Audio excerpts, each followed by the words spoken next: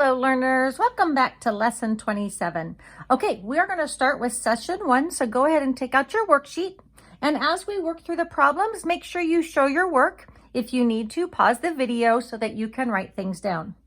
Now remember, as I said, in this lesson, you will learn to tell time to the nearest minute and solve problems using elapsed time. Remember, elapsed time is the amount of time that has passed between a start time and an end time. We're going to use what we know about clocks to try to solve the problem below. Let's go ahead and read the problem. Lily starts reading a book after breakfast at the time shown on the clock. What time does the clock show? Take a minute, pause the video, and try to figure out what time it is. Now that you know what time it is, let's go ahead and make sure we've counted it correctly. Now remember, the first thing you want to do is to count the minutes using the longhand. So I'm going to first look for the longhand. I notice that this is the longhand. This is my minutes. And it's right here. If I need to, I draw a line so I can see what the minute is. Now I'm going to count by fives. In fact, that's why we've been practicing counting by fives. Let's start up here at the 12 and count by fives. 5, 10, 15, 20, 25, 30. I'm at 30 minutes and I can't go to 35. So I'm going to stop at the 30 and now I'm going to count by ones. So 30, 31, 32. Now I have to remember, how do I write time? Remember, time will have the hours with the colon and then the minutes. So now that I've counted 32 minutes, I'm going to put 32 because that's how many minutes there are. Now I'm going to look for the hours.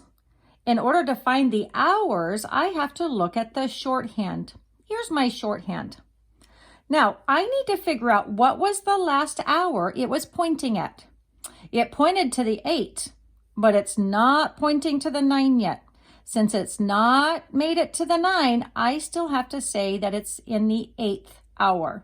Because see, it started at 8 and I can't say 9 until it actually gets to the 9. So it has been 8 hours, 8 hours and 32 minutes. That is the time the clock shows. Were you right? Okay, now we're actually going to turn to the next one. On the back side, it says, number 1, look back. Explain how you can find the time on the clock on the previous page. Okay, let's go back and look at what we did, and then we're going to write it down. Okay, so on this side, in order to find the time, the first thing that we did was to count the minutes. We count the minutes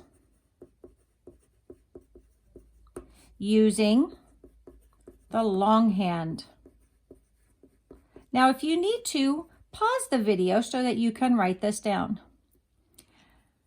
When I counted the minutes, remember that I counted by fives, then by ones, until I got to the number of minutes. What was the second thing we did? Oh, that's right. After we found minutes, we looked at the hours. So go ahead and look at hours using the shorthand.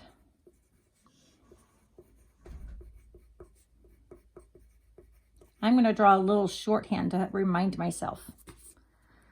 Okay, now the next thing I did is I looked at where the last hour it pointed to. So I'm going to ask myself, what is the last hour it pointed to? And that's how I figured out that it was the 8 hours. Now make sure that you know how to write hours first, your colon, and then your minutes. If you need to pause and catch up, go ahead and do that. Okay, let's look at number 2. Look ahead.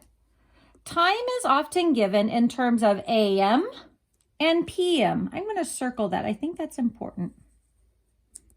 Such as Ted went to bed at 8:25 p.m. You write AM for times from midnight until before noon. Ooh, that's important. AM for times from midnight until before noon. And PM for times from noon until before midnight. Okay, A, write your answer to the problem on the previous page using AM or PM. Explain your choice. I have to go back and read the problem. Let's go back and read the problem. Lily starts reading a book after breakfast at the time shown on the clock. What time does the clock show? I know that AM is for morning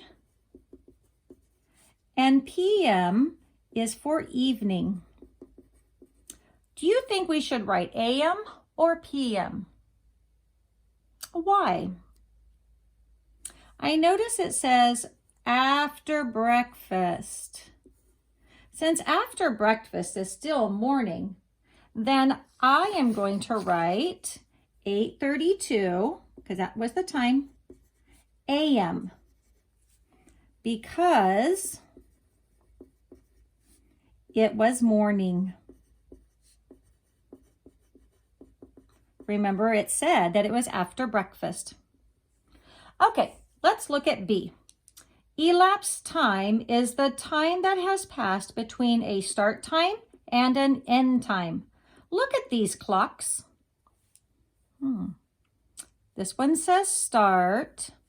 This one says end. So we're going to start here and then we're going to go there. What is the start time? What is the end time? Take a minute to figure out the time. If you need to pause, go ahead and pause. Okay, so now let's go ahead and see if you were right. What is the start time? Remember, I'm going to count my minute hand first. Here's my minute hand. It's the long one. I'm going to go 5, 10, 15, 20, 25, 30. Okay, so I've got 30 minutes. Now I'm going to find my hour hand. Here's my hour hand. It last pointed to the 4. It hasn't made it to the 5 yet. The last hour it pointed to was 4, so it's 4:30. What is the end time? Okay, let's find the minute hand. Oh, here's the minute hand. Notice it's right there. Wow, I only have to go 5. So it's been 5 minutes for the minutes. And now let's look at our hour hand. Our hour hand, the last number it pointed to is the 5. So it is 5:05 on the second clock. Now C, one way you could find the elapsed time in part B is to count by 5s on the start clock. Okay, let's go. 5, 10, 15. Oh, that's what we're doing here. Sorry, I just saw that. Here we've got the clock. Remember, here's the minute hand from the first clock. Let's count how many 5s. 5, 10, 15, 20, 25, 30, 35. I'm ending here because that's where my hour hand ended. Okay, so I started here and I just counted until I had to end here. And that got us 5, 10, 15, 20, 25, 30, 35. D, what is the elapsed time in part B? Remember, elapsed time is how much time has passed. And our elapsed time is 35 minutes. That's how many minutes we had to count.